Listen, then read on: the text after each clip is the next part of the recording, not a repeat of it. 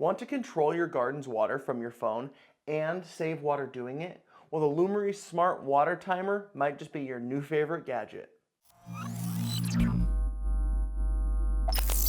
What's up guys, and welcome to TopShelf Media. So today we're taking a look at the Lumary Smart Water Timer, and I'm really excited about this product. As a fellow gardener, I can't tell you how many times I've either forgotten to water the garden or forgotten to turn the water off and then come home to a muddy, soupy mess in and around my garden.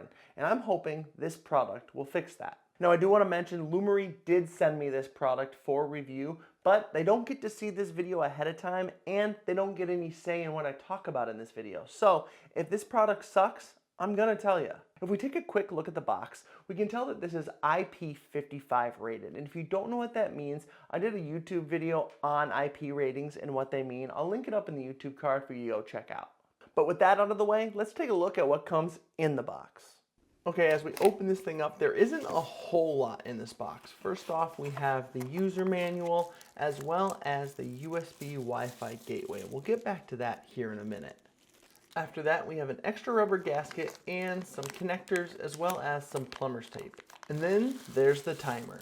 And I will say, I like the look of this. I think they did very well with build quality here. It doesn't feel like a super cheap product. I like the looks and the feel of this. Also, I should mention this runs on 2 AA batteries. I do want to let you know that this device by itself is Bluetooth enabled. So if you want to just add it to your phone and add it to the app via Bluetooth, you can definitely do that. The only problem with that is that if you're away from your home or out of Bluetooth range, you will not be able to control this device. Luckily, it comes with this USB Wi-Fi gateway, giving you the ability to plug this into a USB port, and then you add the gateway to the Lumary app, and then you can add the timer through the gateway to the app, and that then gives you access via Wi-Fi.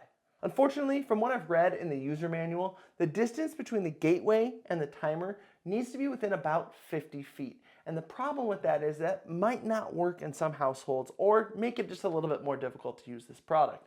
The nice thing is once you set this up via Bluetooth in the app, if you're gonna bypass the Wi-Fi gateway, once you set this up via Bluetooth and you set that schedule in the app, it seems to follow the schedule without being connected to the device. Now I understand that that might seem as kind of a no-brainer for smart home tech, but I did want to mention it. Okay, I'm going to show you what this device looks like in the Lumary app really quick. I'm not going to show you how to add it to the app because the app basically walked me through it. I don't need to show you that. So if I come over here to the device and I click on that one, you can see the first thing I see is the title and the battery life and the fact that it's idle. Below that, we have the weather, and then those raindrops mean when it's going to run. So it's scheduled to run on Wednesday, which we'll see here in a second, but it's scheduled to run on Wednesday, so I have a raindrop there telling me that that's when it's going to run. Below that, I have my irrigation duration, which is really hard to say 5 times fast. Go ahead, try it. Oh, wait. Anyway, so if we click on that, I can set my duration for how long it's going to run. Right now, it's set for 30 minutes. I could set it from anywhere from 1 minute all the way up to 24 hours, which is a really long time. I'm gonna hit cancel on that. Below that, I have when it was run last and when it will run next. If we run across the bottom here, if I hit the play button, you might see it light up here really quick. As you can see, it changes over from my duration to how much time I have left. If I hit stop on that. The next one over is my weather delay. I can set it to delay it running for 24, 48, or 72 hours if I'm supposed to get a bunch of rain that day or something, or over the next couple days. Hit cancel there.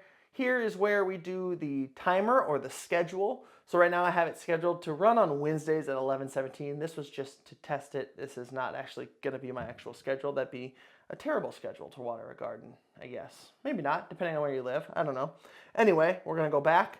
And then lastly, we have our irrigation history, which is just a log of the date, time, and how long it ran. So that's really nice to see there. And so that way if I go, hey, why is my water bill so high? Oh, I accidentally let it run for 24 hours while we were gone. Whoops.